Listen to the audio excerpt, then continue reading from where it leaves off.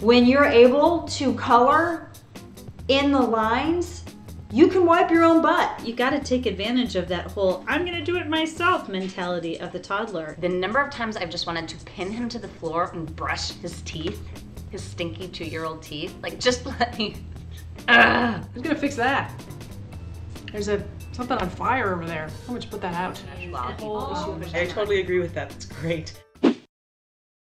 Hi ladies, it's Dana Lash with monologues.com. How do you teach your kid to be independent? This is something that we're dealing with obviously in my household. I have 2 boys. I have an 8-year-old and I have a 4-year-old. I started encouraging them to be self-sufficient when they were toddlers. I wanted them to learn early. I started with their clothes. I would pick out a few outfits and I would tell them, you get to choose which outfit you want to wear, and just go about it like that. That seemed like to be the easiest way for me to start. Also, I have a huge rule. When you're able to color in the lines, you can wipe your own butt. I don't know. My son colors in the lines very well. That's all I'm gonna say.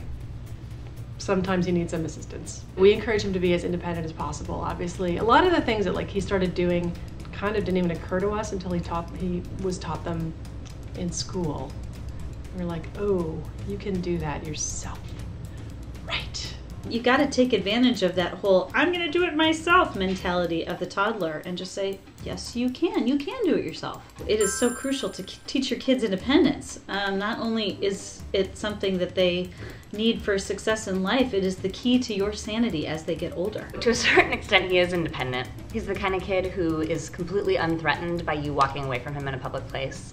Like, you know how you do that thing where you're in the grocery store and they've got hold of some sort of Matchbox toy or something and you're like, okay, momums, bye-bye. We could walk up the block and around the corner from the time he was a year old and he'd just be like, later. The biggest thing that we've done recently to give our daughter a little independence and a little stand on her own 2 feet is we got little Rufus here. She had been wanting a puppy for a while.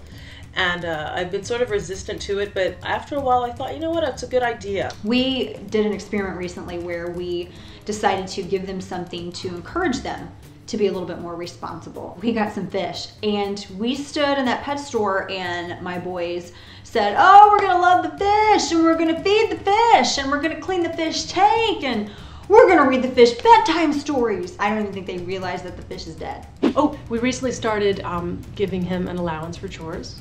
And that has been an incredible motivator because I did not realize my son loves money as much as he does. I do not believe in giving an allowance. I want them to make the connection that you have to do things to earn money, unless you're like a Hilton. I actually will give her an allowance. I feel like my parents didn't give me a whole lot of background on how to manage money. And so I saw this really great idea somewhere where you kind of give an allowance but you split it up into what you save, what you spend, what you give to charity, and I sort of love that idea. You know, obviously I can't look on my own childhood with any sort of objectivity, but I don't recall there ever being conversations about independence or, you know, we have to make sure she knows this skill by this age. I just remember it being just a natural part of my getting older. As I got older and my capabilities increased, my parents gave me more responsibility. There are some things that I've kind of had to let my husband take the lead on in terms of independence because I am physically kind of a fearful person, was never particularly athletic. I'm that parent at the playground who's when he starts to climb the ladder, my impulse is to just pick him up and put him up on top of whatever he's trying to get on top of. I don't want to know that he's climbing up the ladder with no support structure and cement underneath him. I once got a fantastic hack in from a reader who said something to the effect of, if you're not teaching your kids when they're young to do things around the house, you have no right to complain when they're older and they're layabouts. That basically teaching them to work, giving them that responsible work ethic is your responsibility as a parent. I am so tempted to do everything for my kids when they're not able to do it, just because I know it'll be more efficient. We want to get out of the door in a timely fashion, but we're waiting on, say, my 4-year-old who is going as quickly as he can, putting his shoes on, and admittedly it would be so much easier for me to just do it for him. I don't want to be the mother of a 16-year-old whose mom ties his shoes. I agree with you, Dana, that the temptation is there to do it all. The number of times I've just wanted to pin him to the floor and brush his teeth, his stinky 2-year-old teeth. Like, just let me. It starts with little things. You know, you start with tying the shoes and wiping the butt and setting the table. That just develops a mindset that sort of continues throughout their lives. If they see a problem, it's like, well, what can I do? Not just, well, who's gonna fix that?